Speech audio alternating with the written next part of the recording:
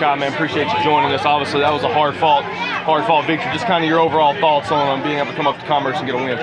Man, especially after last year, the bad taste that left in our mouth, couldn't ask for much more. I mean, I think overall it was sloppy. We could have played a lot better. I mean, how many times you're going to win the game with that turnover margin that we had? But, I mean, it just shows the capabilities that we have as a team just in order to improve and still be able to come out with a W and play to our full potential at times when we really didn't play our best game, which is good to see, for sure. Yeah, and you talk about that, obviously, the turnover margin not in favor of the Jags tonight, but the one thing that does matter is the win column. Yes, sir. Talk a little bit about, after there's that turnover, maybe you're given a short field. Kind of what's the mentality of the defense like, knowing that, hey, we got to go out here and we can't break. We can give a bend a little, but that's one of our mantras when we break it out. A lot of times it's be unbreakable.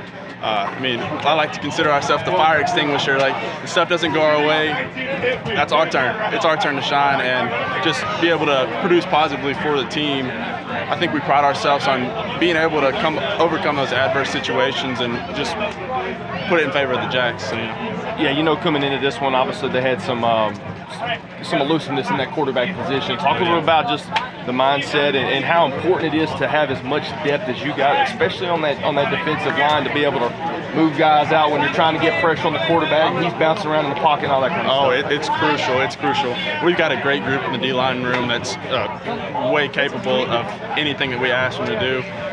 We just have to really just focus on containing him this week. I mean, we kind of had a rush plan going into it of just to eliminate the quarterback run, similar to UIW with that style of quarterback that really likes to get out and stretch the pocket.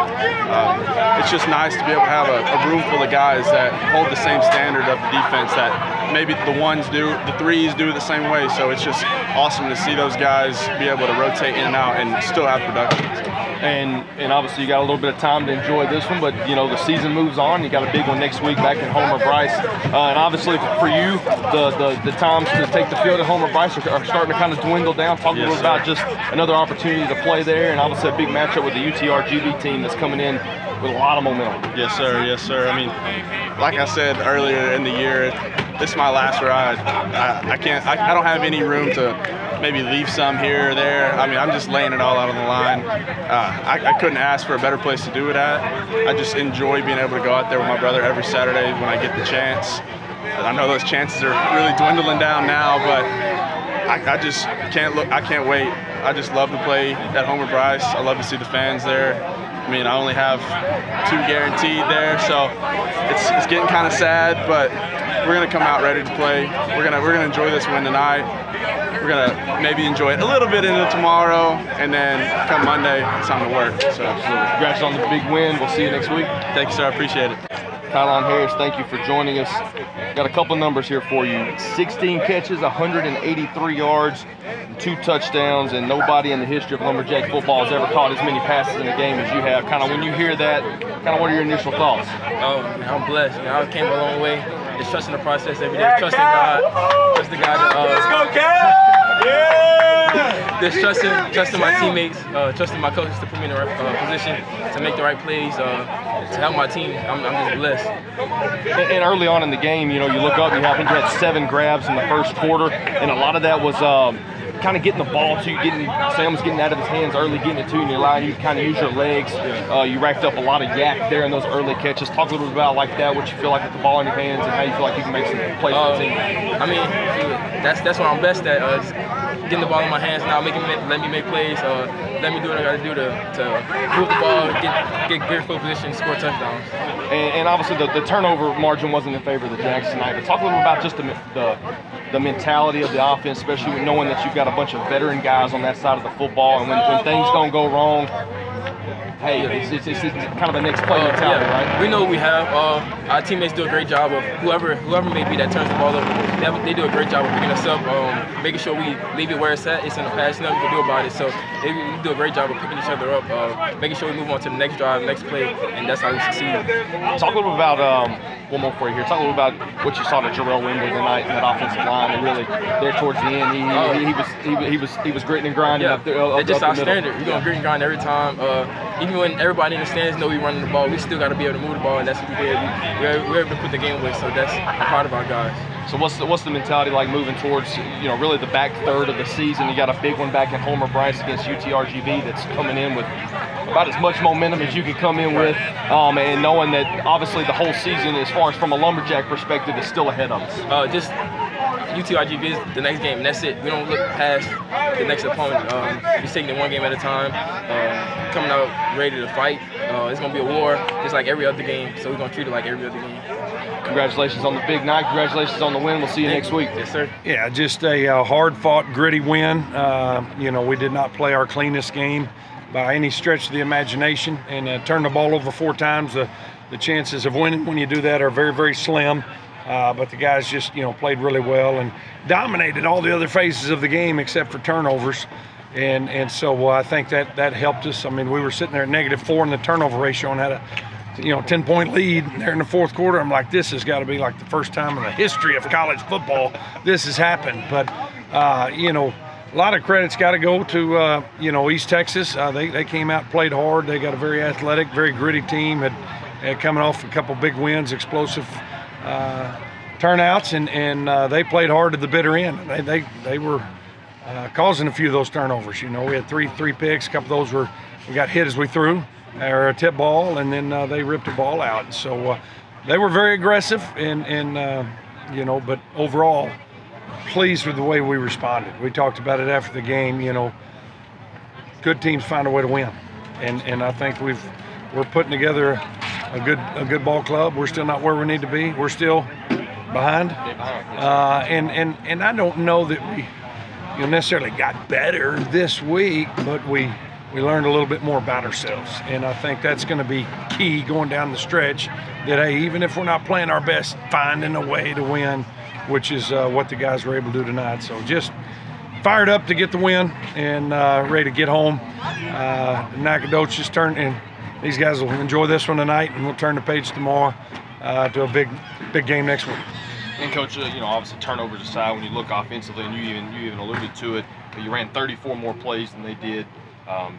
Over 15 minutes more time of possession, 8 of 17 on third down conversion. So obviously a lot of good things on that side of the ball. I mean, just to keep those drives alive. That's what's frustrating. I mean, because we dominated the game, and we ran the ball at will. We outgained them running. We held them to 10 yards rushing, and you know, I was very pleased with the run defense again. And we ran the ball really well, and we moved the ball at will, you know, for the most part through the night, and just kept shooting ourselves in the foot. But, you know, the time of possession, total yards by 200, and beat them by 200. So it just, you know, as a coach, you always want it to be perfect. You want to be better, and, you know. But as a coach, I'm very thankful to look at that scoreboard right there and see a 10-point win on the road in the Southland Conference. And the Southland Conference has got a lot of good teams in it. The difference between first and 6th or 7th place is usually about 10 or 14 points each year. And it's tough to win on the road. You look at everybody across the league, it's tough to win on the road. And you look at the history of this rivalry, this series between SFA and old ET. ET's dominated the series. And so I don't know when the last time SFA won up here, but it was a long time ago. 1973. And so 1973, I was, you know, wasn't thought of yet. But so whatever that is, that was the year we built our field house. So there you go. Yeah. I do know that name. I know that. I'm connecting dots. I know that date from sometime. So 52 years ago, that's when our locker room was built. And 52 years ago, we came here and beat the Lions. So it's a good win. And Coach, obviously, you know, when the turnovers happen, being able to look at guys like Jarrell Wembley, 26 carries, 124 yards. Kylon Harris, 16 catches, single game program record, 183 yards and 2 touchdowns.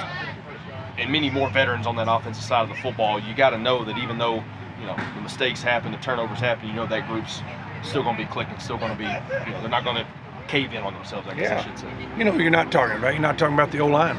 Yeah. O-line. Great job tonight. Absolutely. Dominated that game, you know, and they were physical, and we were able to run the ball like that and throw the ball like that and have 37 minutes of offense.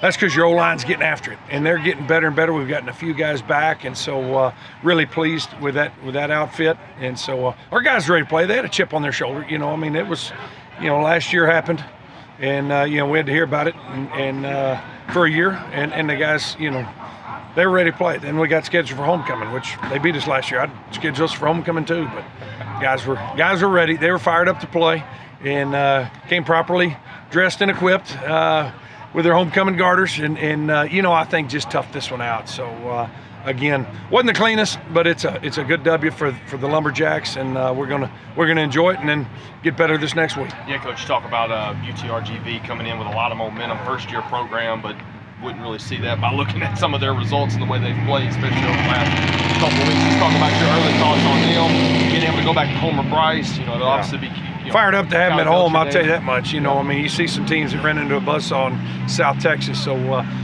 really glad to have them at home. Hadn't studied them a whole lot. I've seen them a little bit in some crossover stuff, but they've had 3 years. They care about football. They care about athletics down there. The amount of money they're putting in, the facilities they got. I mean, they've been recruiting. Coach Bush does a great job. They got some really good players. Their quarterback, started at UTSA. So we're gonna have our hands full, but we'll worry about that tomorrow. We're gonna enjoy this one, but it will be a big game with a lot on the line at Homer Bryce. And so we need everybody to come out and pack Homer Bryce and help us get over the hump again next week. Absolutely. One more for you here, Coach. Obviously, coming back up to Commerce, when you get off the bus, it's obviously all business. You're here to do what you did tonight, and that's get a win and get back to the Piney Woods. But obviously, there's some history here for you. Anything that just kind of sticks out, and people you see in the stands that you remember from your time here, just kind of some of your emotions? We had a bunch of guys come over to the hotel last night, former players from Commerce, and then there was about 50 or 60 of them here. They all come back. They'd had a huge group text going, and so awesome to see those guys. They're all doing so well, and where they're at, meet some of their families, and that's what coaching's about. I mean, yes, wins are fun, but I don't really care. I mean, I care about what these guys do after football, and so I've coached long enough now. I've got some guys that are, getting some grays and some families, and so that was a lot of those guys.